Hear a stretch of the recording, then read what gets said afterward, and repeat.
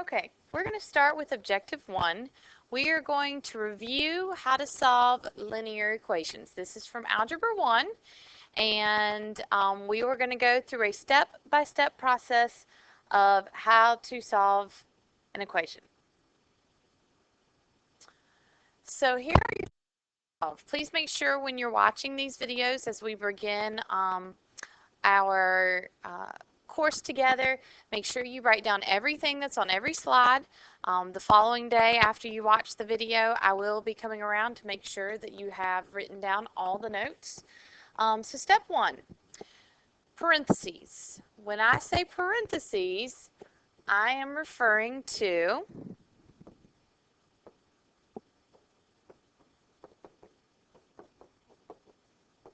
distribute. You're going to distribute what's on the outside of the parentheses to what's on the inside of the parentheses, and you're going to get rid of the parentheses. Okay? Step 2, you're going to take care of your fractions. And what we're going to do is we're going to get rid of the fractions. And we are going to do that by multiplying by a common denominator. Okay. Number 3, we're going to combine like terms, and then I'm going to put on the right and the left. Number 4, you're going to put your variables on one side of the equation and your numbers on the other, and I will explain what that means in just a minute. And number 5, whatever's left, you will solve.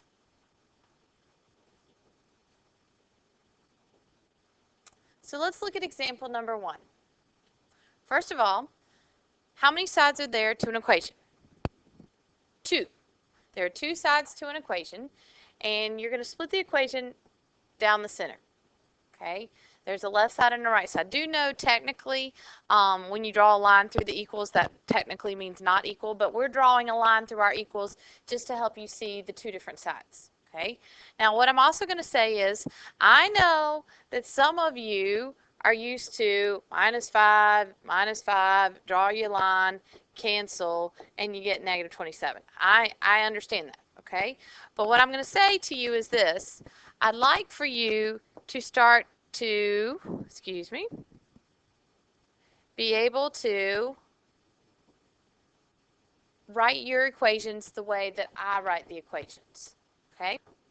So the way that I like to write the equations, and it's just a different way, it is horizontally versus vertically. Okay? So step 1, I say parentheses. Do we have any? No. Step 2, fractions. Do we have any? No. So we're going to skip that. Step 3, combine like terms. Does anything match on the left? No. Does anything match on the right? No. So we're going to skip that. Step 4, we're going to put all of our variables on one side. So I'm going to look, and my x is on the left side. And then I'm going to put all my numbers on the right. So basically, I need to be able to take this 5, and I need to move him over here. And when he comes across the equals, he changes signs. He was a positive 5. He is now going to become a negative 5. So on the left side, I'm simply left with an x. And on the right side, negative 22 minus 5 is negative 27. Okay? Any questions on that? All right, so let's look at example 2. So, parentheses, no. Fractions, no. Combine like terms, anything match on the left? Nope. Anything match on the right? No. So then, I'm going to look, I'm going to put all my variables on one side. So here's my variable x, he's on this side. So that means I'm going to take all my numbers and I'm going to put him on the other side. Now, he is a positive 5. So when I carry this over, I'm going to rewrite the 3, and on the end of it, he will now become a negative 5. And on this side, I'm left with a negative x. You're going to have to bring that down. So what we have here is 3 minus 5, which is negative 2. And then on this side, we have negative x.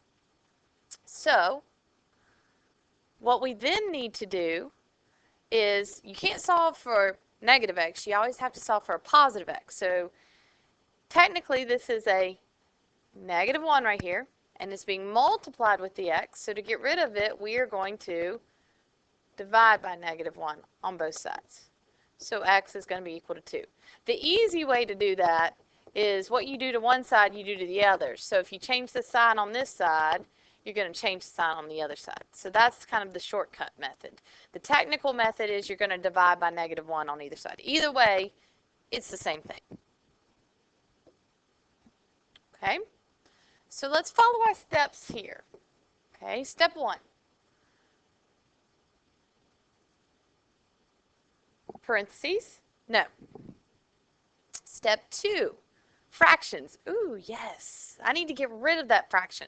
So in your notes, I told you how were we going to get rid of that fraction. We are going to multiply by a common denominator. Well, in this case, we only have one denominator, so the common denominator is going to be 5.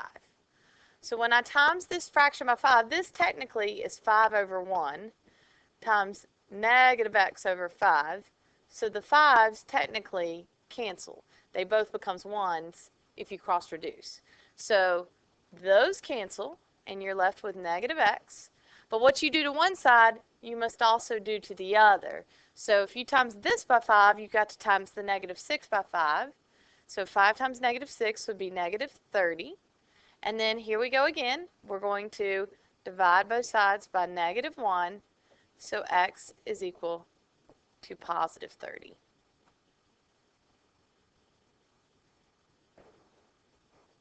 Okay? So we're going to move into a two-step equation. Step 1, follow your steps every time. Step 1, parentheses. No. Step 2, fractions. No. Step 3, combine like terms. Anything match on that side? No. Anything match on the right side? No. Okay. Negative 7f has a variable with it, and then the negative 9 is by itself. So they do not match. They are not common terms. Okay. So step 4, put your variables on one side. So here's my variable. So he's on the right side.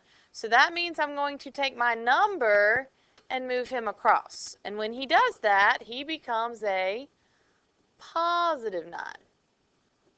And I'm going to bring down a negative 7f here. And so we get 21 equals negative 7f. And then to finish solving, we are going to divide by negative 7. If we're multiplying by negative 7, to get rid of it, we will divide by negative 7.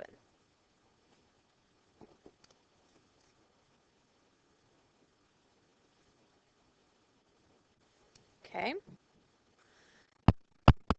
So if we follow our steps here,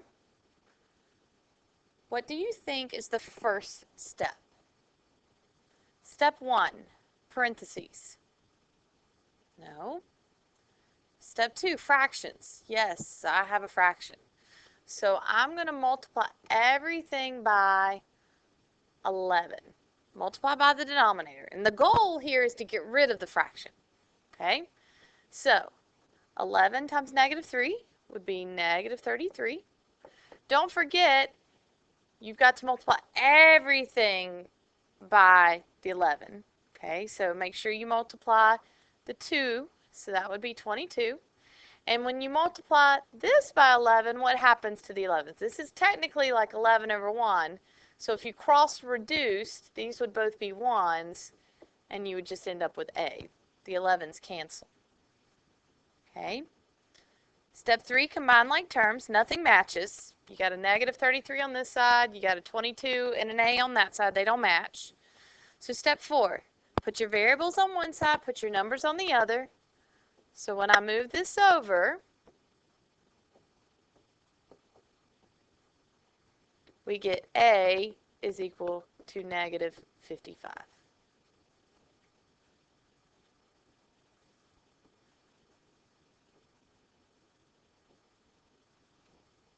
Okay. So what's different about this one? someone said the whole thing, that x minus 5, that binomial is being divided by 7. So my question is, what's being divided by 7? Is the x being divided by 7? Is the 5 being divided by 7? What's being divided by 7? And I would say that both of them are being divided by 7. So what you might want to do is split this apart and say x is being divided by 7 and 5 is being divided by 7. Okay? Those two steps are technically saying the same thing. So let's follow our steps down through. Okay? Why don't you hit the pause button and see how far you can get before you hit the play button to see if you get it right. Okay? So step 1, parentheses. No.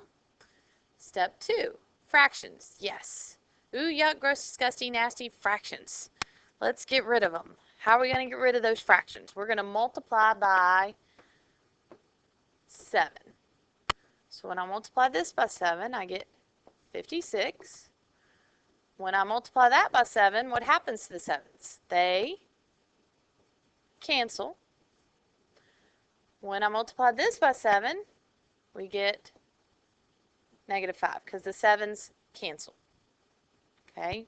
Again, let me remind you, this is like 7 over 1 times 5 over 7. If you cross reduce, and then when you multiply it across, 1 times 5 is 5, 1 times 1 is 1, and 5 over 1 is the same thing as 5.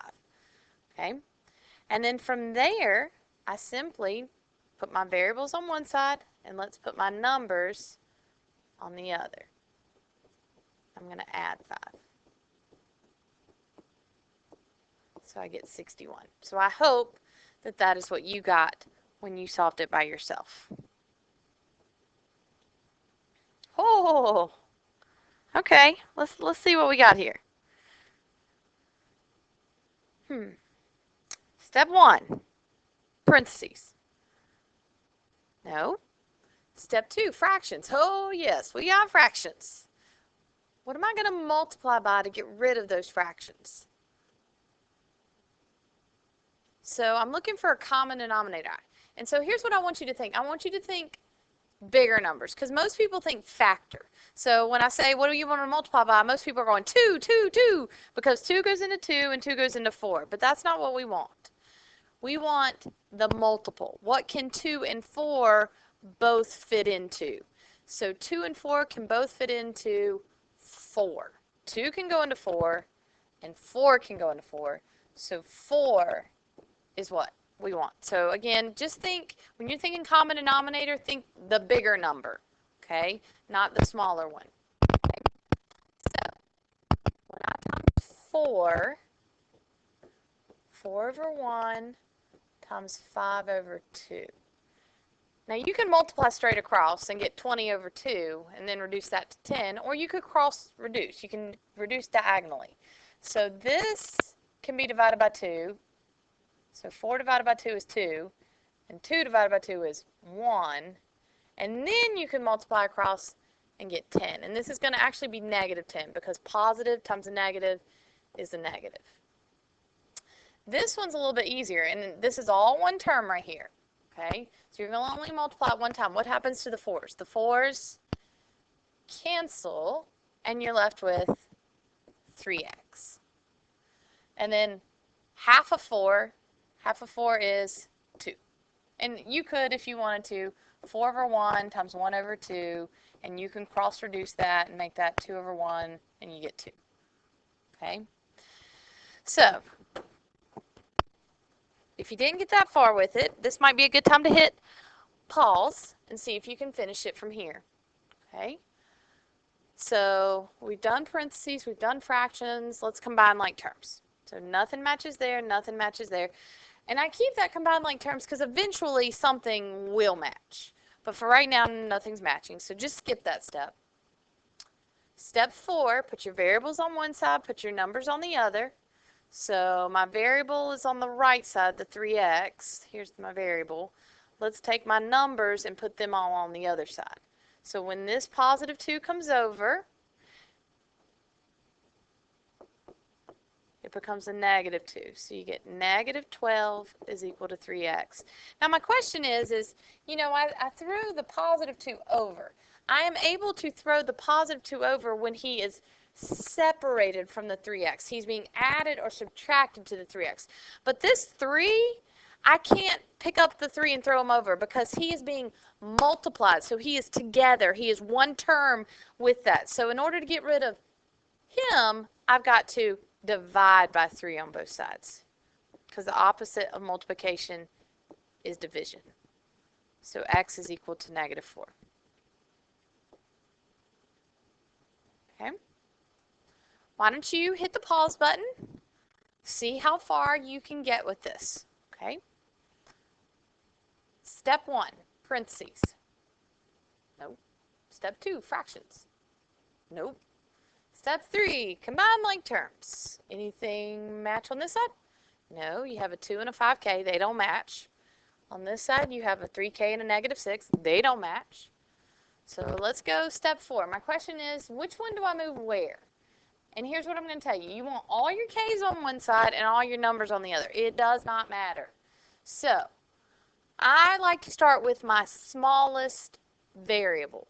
So I'm going to start with the 3k, and I'm going to move him over here. So I'm just going to rewrite this for now. And on the end of it, notice I always put this on the end of it. I'm going to put minus 3k because when he comes across, he was positive here. When he comes across, he becomes a negative. So 5k minus 3k is 2k. And then if my k's are on this side, that means I need to take my numbers over there. And again, he's being added, so I can throw him over. He's separate. So I can throw the 2 over, and he can become a negative 2. And I get negative 8. And then again, can you throw this 2 over? No. He's with the k.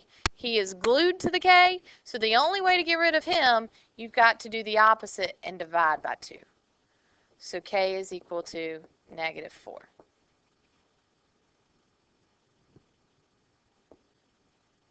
Almost finished.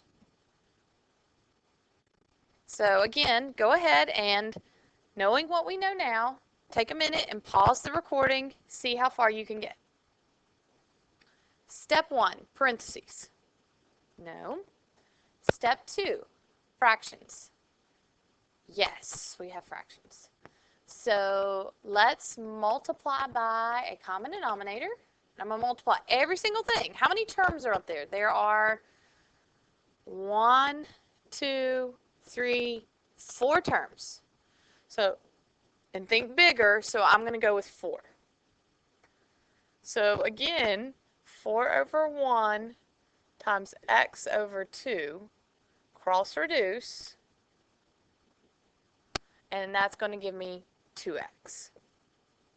4 times 1 would be 4. What happens to the 4's here? The 4's cancel, so you're just left with 1x or just x. And 4 times negative 6 is negative 24. So then put your variables on one side, put your numbers on the other. I like to start with my smallest variable. So I'm going to start with the 1x, and I'm going to throw him over. When he comes across the equals, he becomes negative x. So 2x minus 1x would just be 1x. 2 minus 1 is 1. And then I'm going to move the 4 to the other side. So x is equal to negative 28.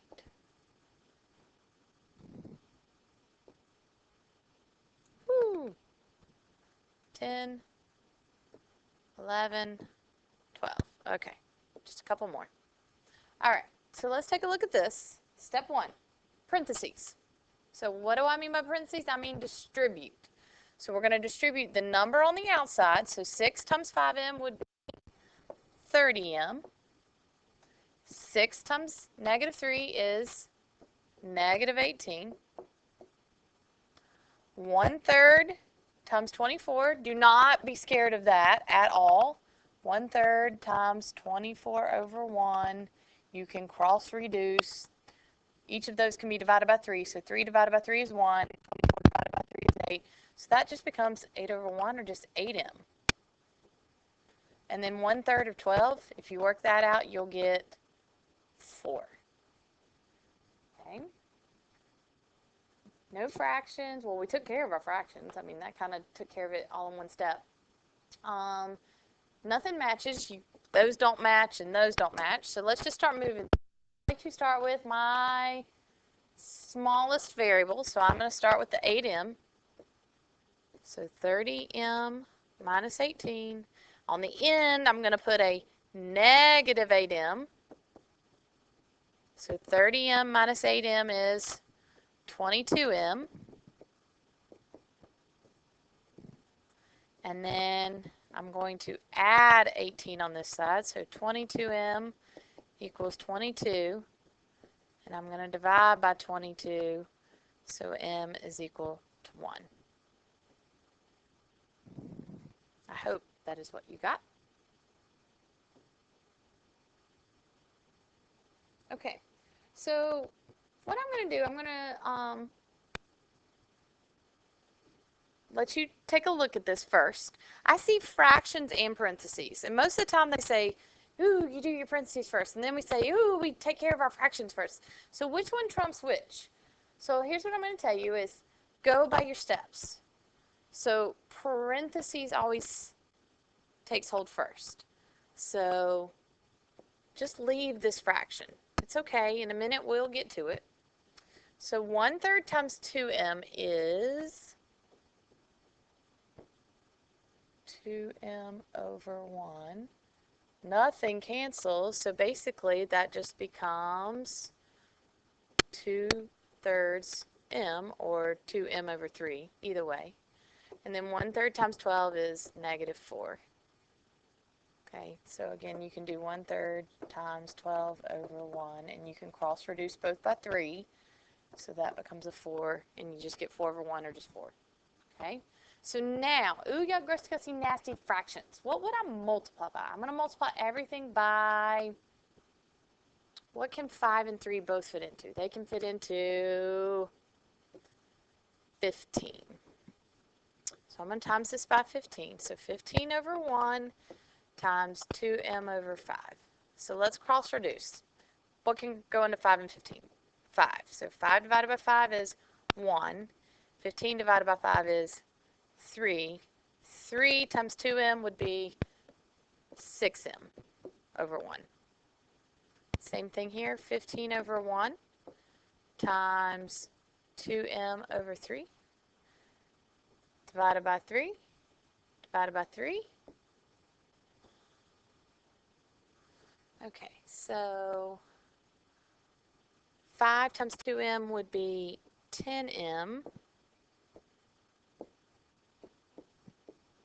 And then don't forget, you got to times it by everything, even if it's not a fraction. So a lot of people sometimes forget to do the 15 times -4. You got to do 15 times -4, and that would be -60. Okay? So at this point in time, we're going to, I've got a variable, and a number. So if my number is on this side, I'm going to take my variables to the other side. Now you could take the -60 over to the other side and 6m. That would be fine, but this is just one step right here. I'm just going to take the 10m over, and it's going to become a -10m. So -4m equals -60 divided by -4. So m is equal to +15, because a negative divided by negative is a positive. Okay, last one. Hit the pause button. See what you can do with it. And then we'll go from there. So, parentheses first. Don't worry about the fractions. So 1/8 times 3d is 3/8d. 1/8 times 2 is going to end up being 1/4. You could put 2/8. That would be fine. Now, I'm not going to take the 1/8 times everything because I'm only going to do what's in the parentheses. So then I'm going to come over here to this side. 1/4 times d is just 1/4 d. And 1/4 times 5 would be 5/4. Step 2, Ooh, yuck, gross, disgusting, nasty fractions. Let's get rid of them. This problem would be so much easier if there weren't any fractions. So that's our goal. So I'm going to times everything by, think bigger. What can 4 and 8 both fit into? Let's go 8. So this one's easy. The 8's cancel, and you're left with 3D. Here, if you need to write it out, 8 over 1 times 1 over 4, you can cross reduce, and that's going to give you 2. So same thing, 8 times a fourth is 2D. Don't forget to bring down the variable. And then 8 over 1 times 5 over 4. This becomes a 2. This becomes a 1 if you divide them by 4. And then 2 times 5 would be 10 over 1, which is just 10. Okay, so now there's no fractions. That was our goal, to get rid of the fractions. So put your variables on one side, put your numbers on the other. So I was going to start with the smallest variable, 3D minus 2 minus 2D. It's positive here. When it comes over, it becomes a negative. So 3D minus 2D would be 1D. And then I'm going to take this over here and add 2. So D is equal to 12. Okay?